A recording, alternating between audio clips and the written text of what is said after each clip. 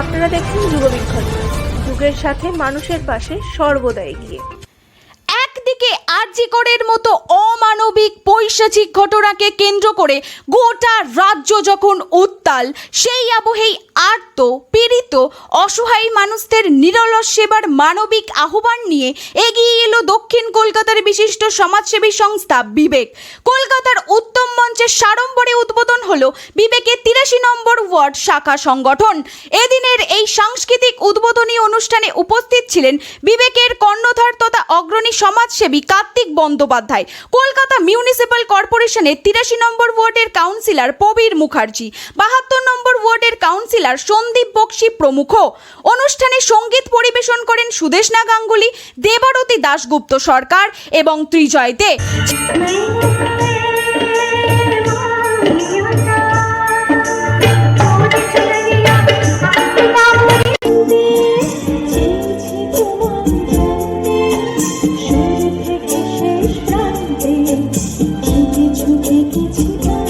ছিল ম্যাক্রান dance academy পরিচালিত মনজ্ঞ নাচের অনুষ্ঠানও।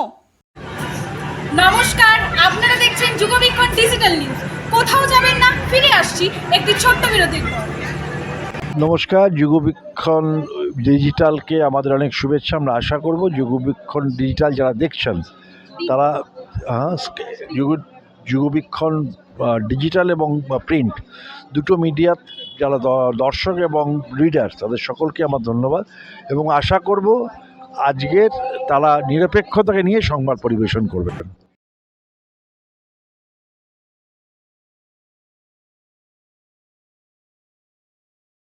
স্বাগতা লক্ষ্মী, যুগবীক্ষণ প্রিন্ট এবং ডিজিটালে আপনারা চোখ রাখুন, আমিও দেখছি, আমার সঙ্গে আপনারা সকলেই দেখুন যুগবীক্ষণ। Thank you.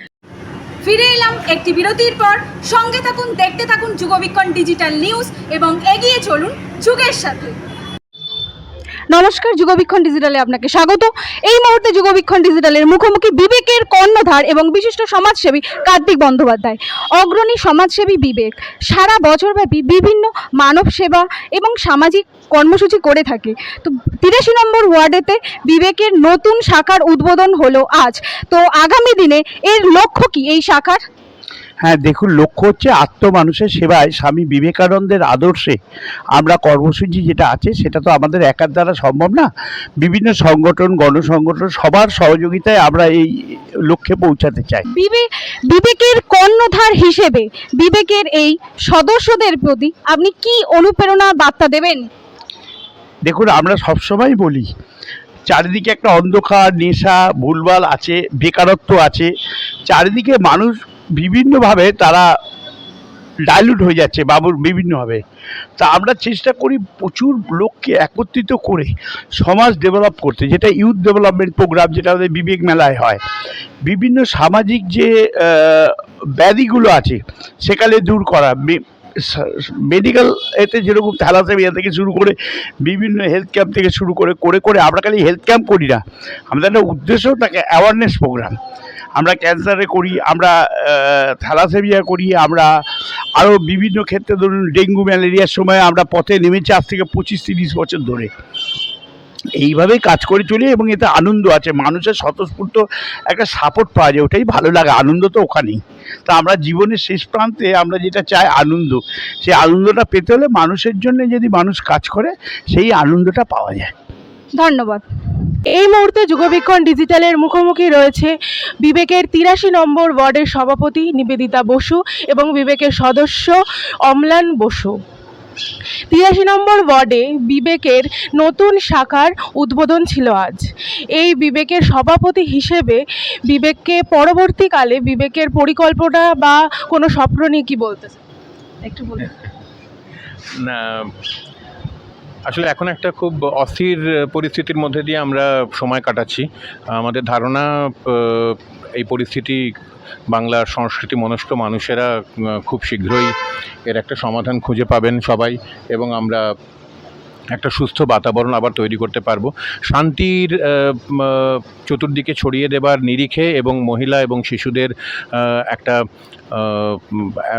যে বাংলাকে আমরা এত বছর ধরে চিনে আছি, যে বাংলার মুখ্যমন্ত্রী একজন মাননীয়া তিনি নিজেই ইনফ্যাক্ট আগলে রাখেন, তো তার আশীর্বাদে আমার মনে হয় যে পরিস্থিতি খুব তাড়াতাড়ি হয়তো পরিবর্তন হবে। আচ্ছা, যে কোনো সংগঠন তৈরি করতে গেলে সকল মানুষের ভীষণভাবে সহযোগিতা লাগে।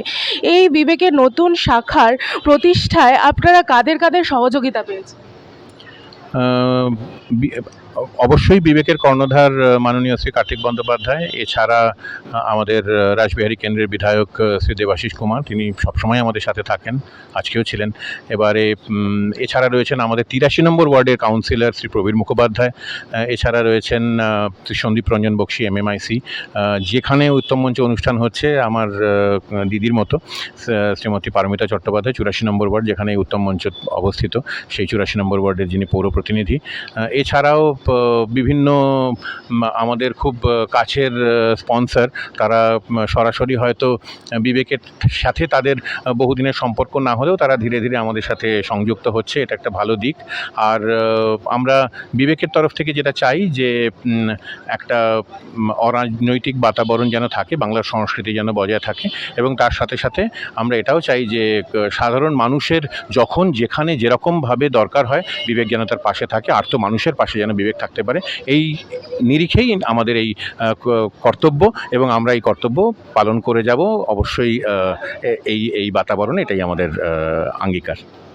ধন্যবাদ।